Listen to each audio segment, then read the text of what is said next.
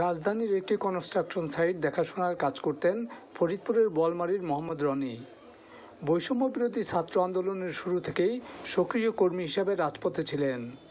5 August বেলা 11টার দিকে রাজধানীর Jamuna future পার্কের সামনে বিক্ষোভরত ছাত্র জনতার উপর হেলিকপ্টার থেকে এলোপাথারি গুলি ছুড়লে মারাত্মক আহত হয় সে। গুলিটি তার মুখ গহ্বর ছেদ করে মেরুদণ্ডের হাড়ের মধ্যে বিদ্ধ হয়।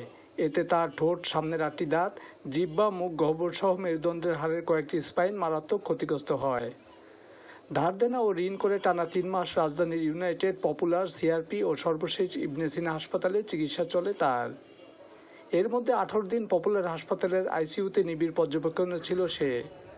বর্তমানে অর্থাভাবে ফরিদপুরের বোয়ালমারী উপজেলার দত্তরকাঠি গ্রামের নিজ বাড়িতে অবস্থান করছেন রনি।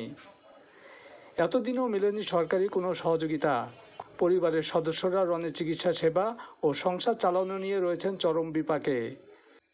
শরীরে তাজা একটি গুলি নিয়ে চরম যন্ত্রণা নিয়ে রনি বিছানায় কাতরাচ্ছেন এখন।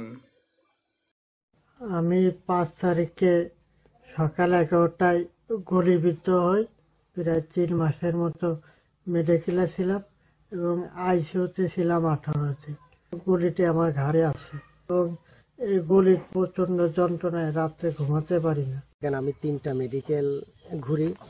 আমার ওখানে 3টা মেডিকেল আমার ব্যক্তিগতভাবে প্রায় 5 থেকে 6 লক্ষ টাকা আমার খরচ হয়। সরকারিভাবে আমি কোনো সাহায্য সহযোগিতা কোনো কিছু এখনো পাইনি। ছেলের এই অবস্থা হওয়ার পরে ওর বাবারও চাকরি নেই।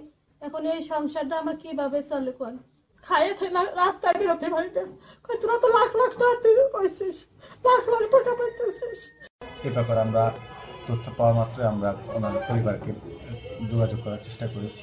আমাদের হাসপাতাল থেকে ওনাদেরকে দেখে এসেছেন এবং রেফার করেছেন ঢাকা আমাদের যে পিজি হাসপাতালে যেন চিকিৎসা পায় হাসপাতাল কর্তৃপক্ষ করেছেন। এবং আমরা উপজেলা পরিষদ থেকে আমরা সবসময় আমাদের সাহায্য হাত বাড়িয়ে দিব। যোগাযোগ করে আমাদেরকে আমরা আর্থিক এবং অন্যান্য যেসব দিকে আমাদেরকে সুবিধা দেওয়া যায় আমরা সবসময় সুবিধা দিয়ে থাকি।